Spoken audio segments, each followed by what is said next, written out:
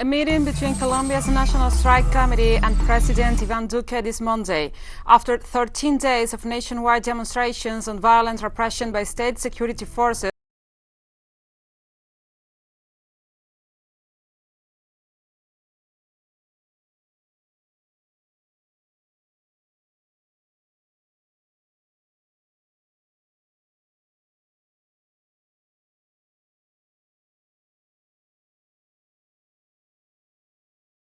Failed to result in any progress, with new mobilizations called for May the 12th. In the United States, the families of 165 victims of police brutality are calling on the United Nations to peace Jerusalem.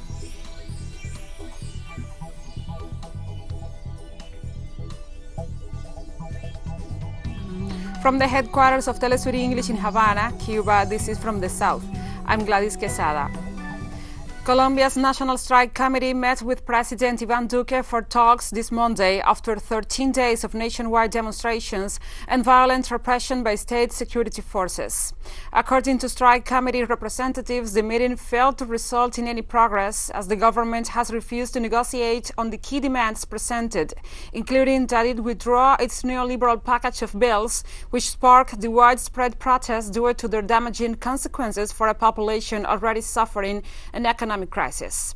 Meanwhile, the repression of peaceful protesters by state security forces continues, with the president vowing to dispatch more police officers and soldiers to the city of Cali, which has become an epicenter of the unrest. Given the lack of progress in achieving its demands, the National Strike Committee called for renewed mobilizations on May the 12th. The violence that has been inflicted in a disproportionate manner against peaceful protesters. We have demanded a stop to the massacre. We have demanded a stop to the violence against people who are exercising their legitimate right to protest. Of the violence that has been inflicted in a disproportionate manner. The government's High Commissioner for Peace, Miguel Ceballos, announced the conclusion of the meeting with representatives of the National Strike Committee, which failed to reach an agreement. The government commission, led by the President of the Republic himself, listened in an atmosphere of mutual respect, and we want to value that. As the Catholic Church and the United Nations testify, there was an atmosphere of listening and respect. In the face of the 18 interventions, the first thing to say is that there is coincidence in the rejection of violence and in the zero tolerance of violence, and any conduct of the public force that goes against the Constitution and the law, but also a clear condemnation against any violation of any citizen's right to physical and personal integrity. In this context, a new call is made to the whole country to cease the blockades. The government commission led. Representatives of the Colombian Senate's Peace Commission met with different sectors in the city of Cali this Monday to discuss the ongoing protest. Different sectors have set up roadblocks to protect demonstrators from the attacks of the state security forces and continue to voice their demands. Senator Roy Barreras, chairman of the commission, made a statement regarding the conclusions reached in the meetings. In the sixth meeting of the day in the Peace Commission, now we will be with the institutions. Two quick conclusions of the day. There are hundreds of young people in this city, in Cali, impoverished, threatened. They are afraid. They have been killed, wounded, and disappeared. They do not want violence, and they understand that the humanitarian corridors are indispensable. Second conclusion, the city also generates indignation due to the blockades. The blockade erodes. It erodes the protest.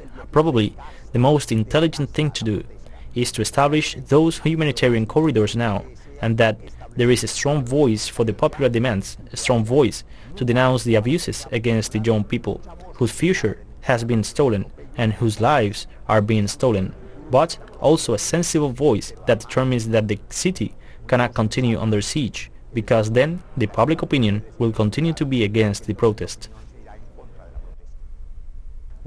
Also in Cali, the People's Assembly in the neighborhood of Sameco, where protesters have erected blockades, has arrived at conclusions. The humanitarian corridor is maintained, and agricultural producers and workers are invited to bring their products directly to Sameco in order to set up mobile markets to supply local residents with food. of Sameco, in its 2 blockade points, has decided to maintain the humanitarian corridors in the current conditions and to organize its blockades in accordance with the humanitarian corridor, but also, importantly, in the face of the speculation of food prices, in the face of the hoarding by criminal forces in some large supply sectors, wholesalers of basic food for citizens. This popular assembly of the Sameco Point has defined that it is going to promote a mobile market for Wednesday. That is why we are saying, all of us who are here in Sameco are going to put ourselves in motion for a mobile market so that the trucks carrying tomatoes, onions, potatoes arrive directly here to the point of resistance in Sameco. We are not going to allow intermediaries, hoarders and saboteurs of the strike. Colombian indigenous peoples who have joined the national strike movement as part of their own collective act of protest, known as Minga, have denounced acts of violence targeting their communities as part of the violent state repression of protesters. On Sunday night, Colombian President Ivan Duque instructed indigenous protesters in the city of Cali to return to their reservations in order to avoid violent confrontations with citizens in a thinly veiled street. Likewise, a mayor in the east of Cali ordered the indigenous Minga to leave the territory. The Regional Indigenous Council of Cauca has rejected the use of state terrorism to delegitimize and criminalize the protest. The council stressed that police are falsely accusing indigenous peoples of acts of vandalism as part of the disinformation campaigns promoted by the Colombian government to justify the use of excessive force against demonstrators. In this sense, the Minga has demanded that the government provide warranties for the legitimate exercise of the social protest, the work of the defense of human rights and alternative media, while calling for a response from the national and local authorities to the acts of extremist groups against indigenous communities.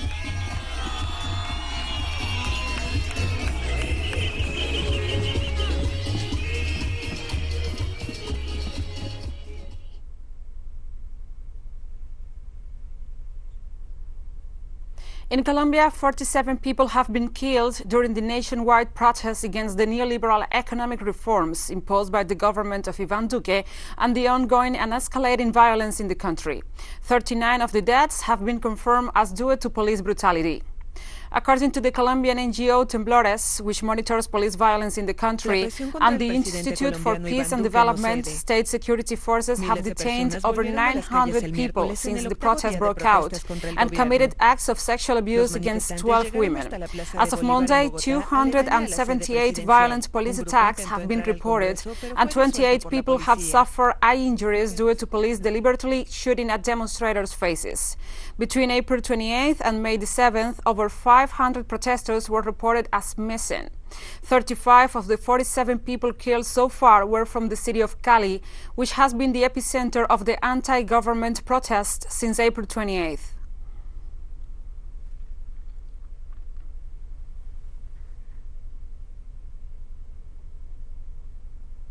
And expressions of international solidarity with the Colombian people continue, following 13 consecutive days of mobilizations against the neoliberal agenda of President Ivan Duque. Colombian presidents and social movements in the United States gathered at the country's consulate to demand an end to the police violence that has claimed the lives of at least 47 people. Meanwhile, in Argentina, organizations have mobilized to condemn the acts of violence by Colombian security forces while demanding that the Duque government withdraw its neoliberal reforms. Solidarity has also been expressed in Europe, where Colombian residents in Spain and Germany are demanding an end to the repression by the notorious mobile anti-disturbances squadron.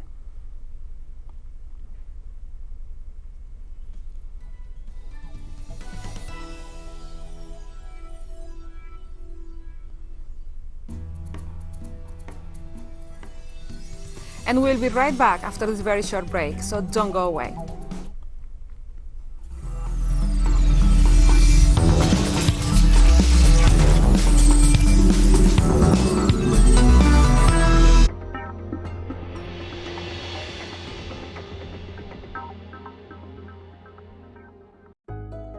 It is our duty to reverse the damage we cause to the planet.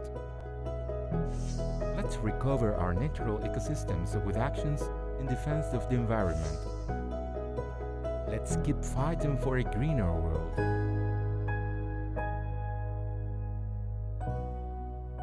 Wednesdays, only on teleSUR. The life is full of moments. Moments of fight. Moments of hope. Moments that transcend. Moments that you can live in.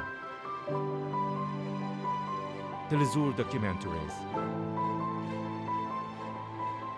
Sundays, only on teleSUR. Hola, ¿qué tal? Sean todos muy bienvenidos a Vidas. Hay lugares donde el arte se unifica con el orgullo de los pueblos. Y esos lugares están llenos de colores, alegría, pasión, tradiciones, arraigo, valor y entrega. Real Life. Fridays. Only on teleSUR.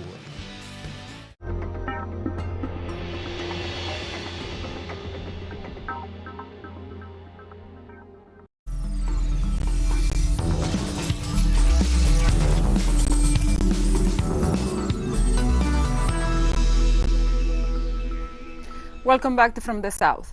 Summoned by the Bolivarian Alliance for the Peoples of Our America People's Trade Treaty, think tanks from the Global South came together to discuss mechanisms to strengthen spaces for dialogue and advance in the construction of socialism. The meeting was held virtually with think tanks from 4 continents taking part. Concrete policies were discussed to guarantee the population's access to rights such as health, housing and education. As part of the event, Venezuelan Foreign Minister Jorge Arreaza called to offer answers to the main social problems facing the peoples of the South and insisted on the need to work together to advance in the construction of the socialist model.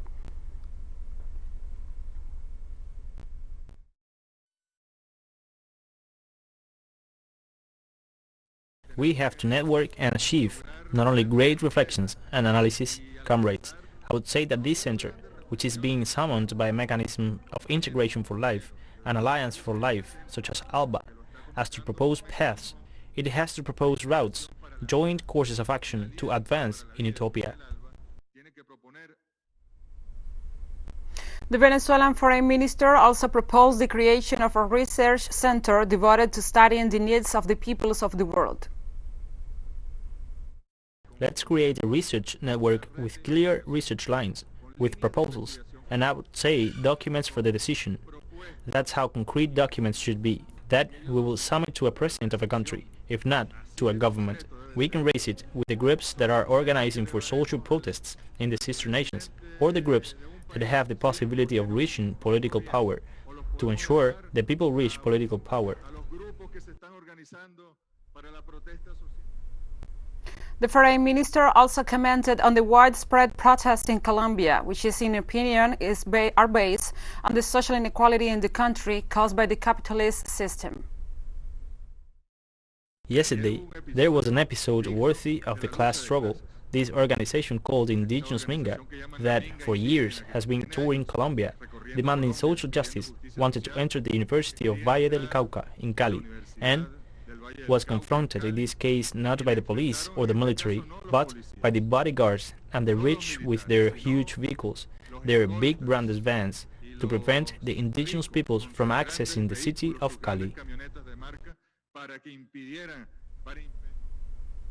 The privatization of water in Brazil's Rio de Janeiro state during the ongoing pandemic has raised concerns about access for poor neighborhoods. The situation surrounding water shortages in Rio's favelas remains dire, facing a continued lack of essential supplies and public services to fight its daily battle against COVID-19. Civil society groups in the state have risen to the occasion.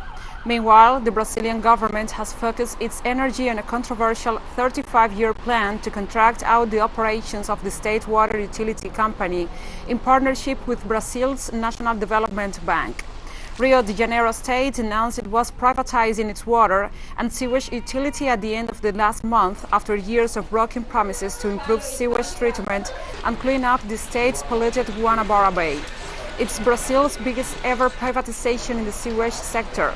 The move means higher tariffs are likely, despite the fact that the private sector is projected to make billions from the deal, thus impacting the same residents who struggle to afford basic necessities has intensified during the pandemic.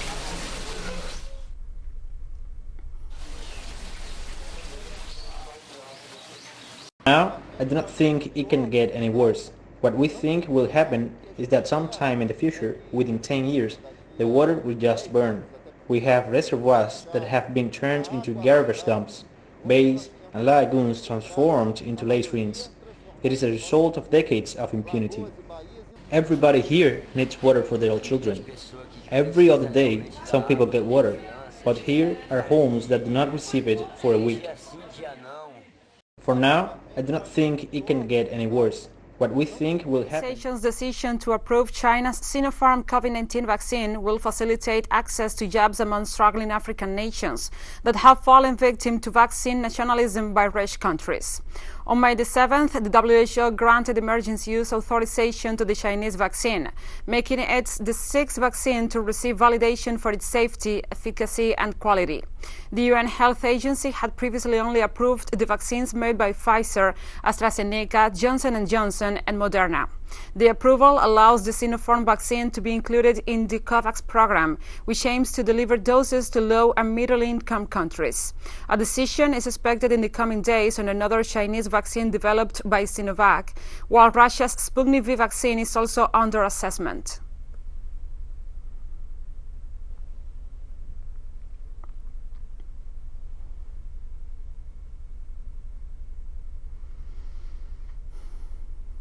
In the United States, the families of 165 victims of police brutality are calling on the United Nations to set up an independent inquiry into the ongoing police killings of black men and women.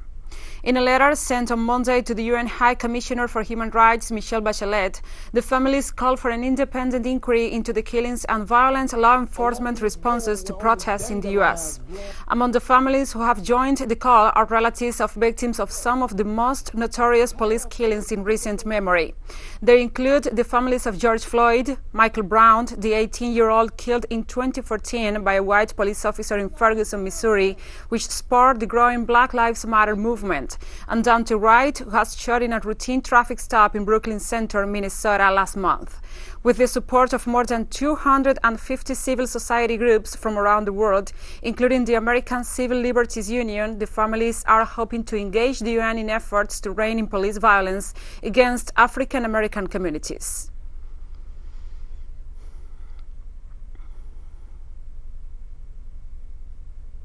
Portugal and Mozambique have signed a new military cooperation accord as the poor African nation confronts a growing jihadist threat.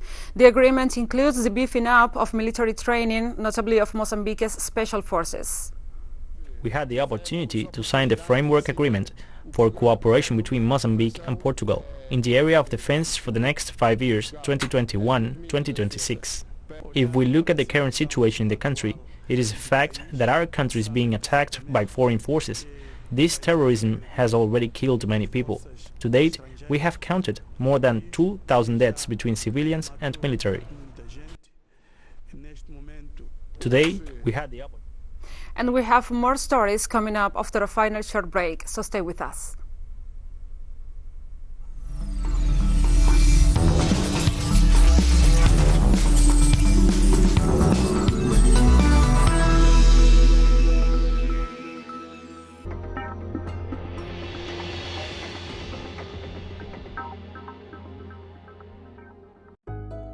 It is our duty to reverse the damage we cause to the planet. Let's recover our natural ecosystems with actions in defense of the environment. Let's keep fighting for a greener world.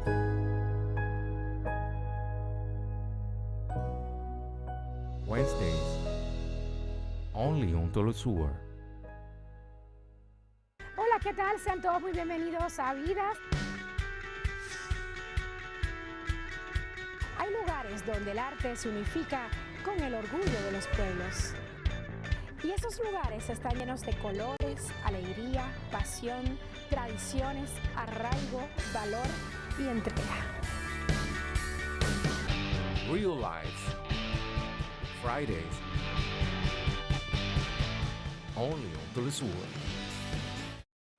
The life is full of moments. Moments of fight. Moments of hope.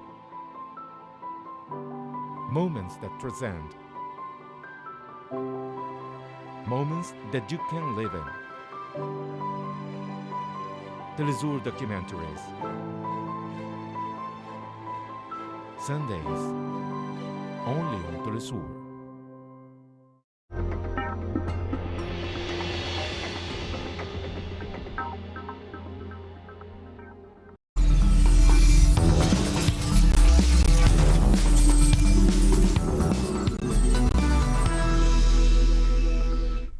Welcome back from the south.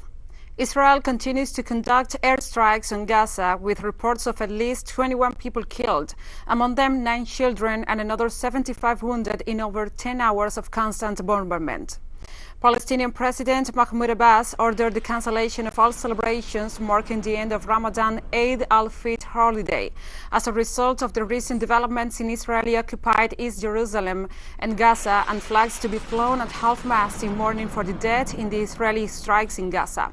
The president held the Israeli government fully responsible for the crimes committed and called on the international community to act quickly to put a stop of the violence against the Palestinian people and force Israel to cease its moves to turn the holy city into a Jewish city and dispossess families from their homes in occupied East Jerusalem's Sheikh Jarrah neighborhood.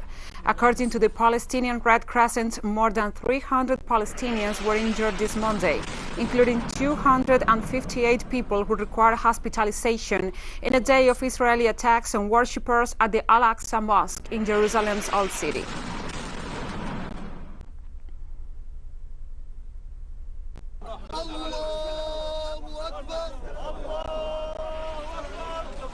And a total of 29 Palestinian children have been injured in Israeli-occupied East Jerusalem over the past few days, while 8 children were arrested by Israeli security forces, according to UNICEF. In a statement, the UN agency noted that a 1-year-old toddler was among those injured, and some children were taken for treatment at hospitals with injuries in the head and the spine.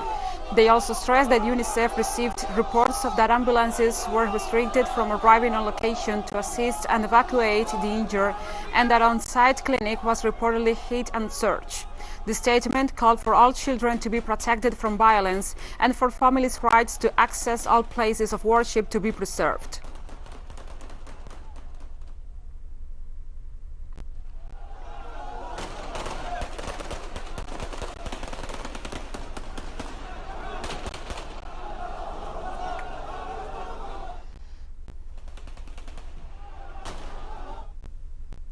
Several thousand people gathered in front of the Israeli consulate in the Turkish city of Istanbul to show their support for Palestinians in response to the violence at Jerusalem's Al-Aqsa Mosque. Tensions in occupied East Jerusalem have flared since Israeli riot police attacked Palestinian worshippers on the last Friday of the Muslim holy fasting month of Ramadan, in the city's worst disturbances since 2017. Hundreds of Palestinians have been wounded, drawing international calls for de-escalation and sharp rebukes from across the Muslim world. Diplomatic sources stated that Egypt and Qatar, who have mediated post-Israeli-Hamas conflicts, were attempting to calm the tensions.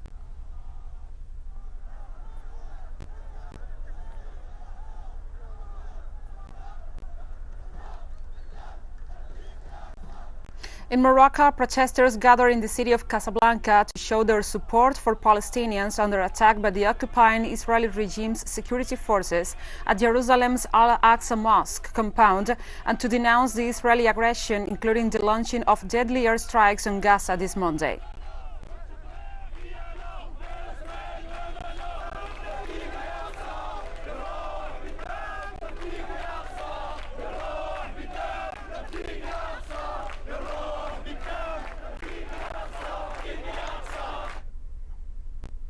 In Canada, members and supporters of the Palestinian community gathered in front of the Israeli consulate in Toronto to protest the crimes against the Palestinian people.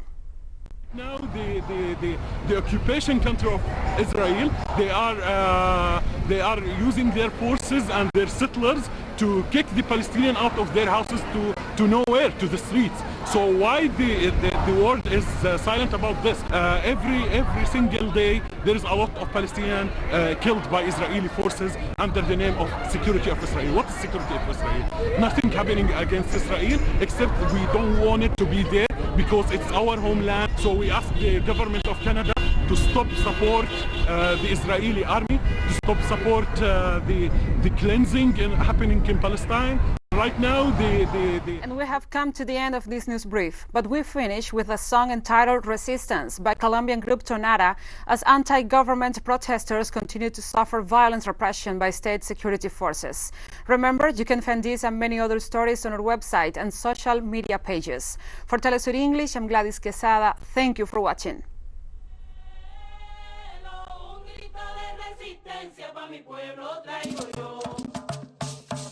Por todos los que se han ido y los que en pie de lucha están, por ustedes mis hermanos vamos todos a marchar. Un grito de resistencia para mi pueblo traigo yo. Por el que no tiene mucho, por el que no tiene nada, por los niños que la guerra les quitó la libertad.